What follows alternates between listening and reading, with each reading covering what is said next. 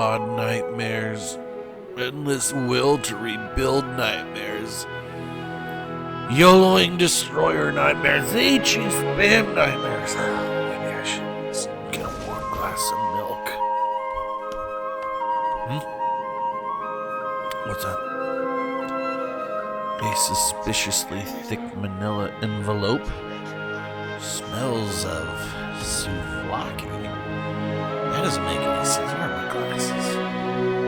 A wax seal from the House of Orochi. My God. That's right. Then this must be. Could it be? Yes. Yes, it's Ermahgerd. Oh, baby. There is so much to cover and so little time to do it that let me just say, this Napoli game in the background is fun. The ship was sadly taken away, but I'll have it back in a few weeks. So how that plays out, we need to kick this over to the KRKN Channel 5 news crew for thoughts and analyses of this upcoming patch. And here to provide that insight is our chief patch correspondent, Jerk. Jerk, are you there? Yes, Jerk, thank you. That's right, the March patch notes have been delivered and our team has been reading over its hundreds of pages to get to the nitty-gritty that you care about most in the least amount of time. First, the new campaign ship, the Carno, a French battlecruiser with 10 305mm guns, a speed boost, sonar, and that's about it. On the downside, a long reload. How bad? I couldn't tell you, but on PC, there is a base reload of 25 seconds. Oof. So, it's probably going to be pretty similar, but I think we will need to try it out before passing judgment.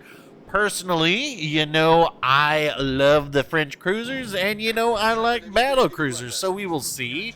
But we can't linger on that too long because there's just so much more. Goodbye, Ruprecht. Hello, Schlieffen. Was ist das? Another legendary tier ship?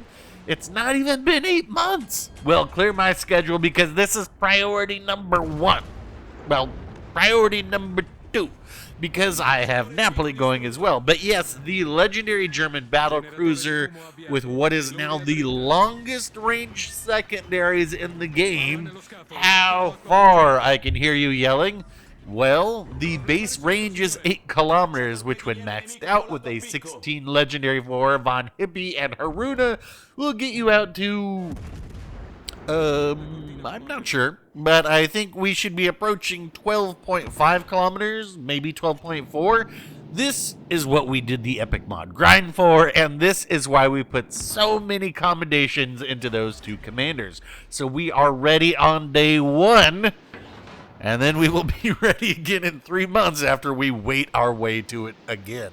But let's say that you want insane secondaries without a 3-month wait. Well, the Atlantico is en route, and it too will be boasting a fantastic assortment of secondaries hampered only by the fact that the commander that comes with it won't have porcupine. But put down the pitchforks for now, because while it's true that the commander that comes with it is a universal commander, a dedicated battleship commander will be coming soon, and just as a regular commander that anyone can get for free. So put the pitchforks down again. More new boats. There's going to be a couple that you can get from the racing event. One, a destroyer called Bulletproof, and another as a cruiser called Perfect 10. I can't tell you anything about them, not because it's under NDA, but because beyond their name and class, that's all I know. But if you want to know about another ship coming that I do know something about, then let me tell you the tale of the Tier 7 cruiser Celtic, a ship that is kind of like a British Baltimore. I won't go into more details as I'm not entirely sure what I can share beyond that other than it ain't Baltimore, it's like a Baltimore. Different shells, but British heels. Have I said too much? We better move on. More Tier 8 ships. Now, if you're anything like me, you probably picked up the entire first wave of Tier 8 ships, found yourself more than a little disappointed, maybe picked up a couple from the second wave, and decided it was time to wait until some actual interesting ones got here, and I'm happy to say we got some. As you all know, the Pan-Asian cruiser line is now fully released, and at the top of that is the Sejong with its 16 torpedoes waiting to spit out 32 in a matter of seconds. But now we will also be getting the Pan-Asian destroyer Chungmu, which is a Fletcher-class ship that you can equip with radar. Also has a single rack of deepwater torps. Will have a torpedo reload booster, maybe, we will see. But if you like DACA, that's not what you were waiting for. No, what you've been waiting for is the Kitakaze, which will be following the Akazuki line. We are also getting the Drake, which I'm legit going to pick up on day one if I have the silver. That follows the Albemarle, but its guns are upgraded to a whopping 234 millimeters. Great HE, and between you and me, really good AP. We'll also have the Seattle, which follows the Cleveland and sits between it and the Worcester, which, this is why you don't put the tier 8s in after everyone has the legendary ship. And lastly, for all you Chonkaholics Anonymous, Minnesota. By my count, that means I need about 170 million silver to get the 5 ships that I'm looking at. Well, I can at least get you all a couple of those at the beginning of the patch. There will be a couple new seasons of Ranked, one of which will include tier 8 ships for the first time, but still nothing new for Steel to be spending that on. Almost feels like that'll come as a way to soften the blow to the will to rebuild nerf that's inbound. That's right, it's coming. But not this update.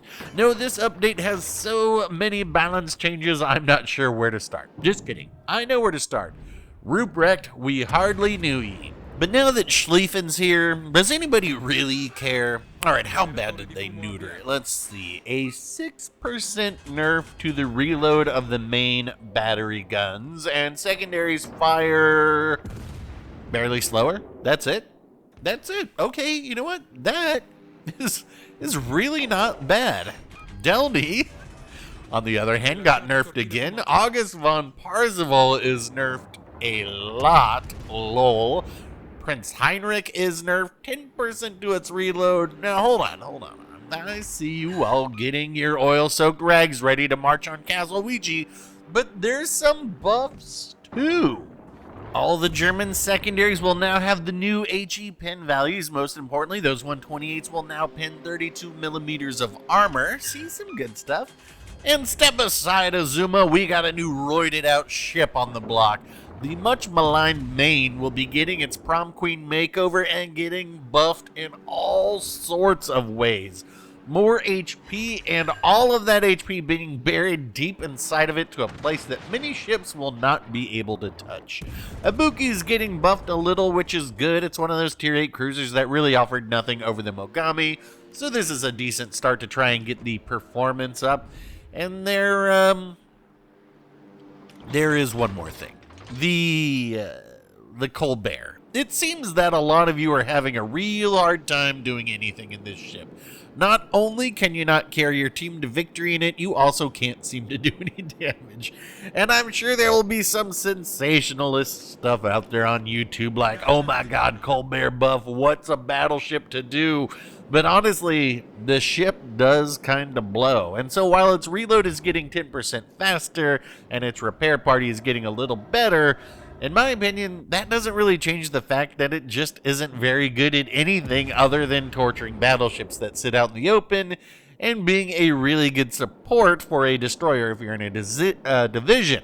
Now for solo play, what are you going to do? In my opinion, there is one simple fix that comes with a trade, and that is to give up that 32mm bow and give it more HE penetration. But contrary to what BB babies say, fire isn't that bad, and that's all the Colbert has going for it. And not to get too Steve Jobs about it, there is one last thing. Probably the thing that some of you are going to get your pitchforks out over. There is a buttload of commander changes to the skills primarily for destroyer commanders. I can't possibly go through all of these, but most important is that Go All Out is getting nerfed big time. Personally, for the health of the game, I give that a big thumbs up.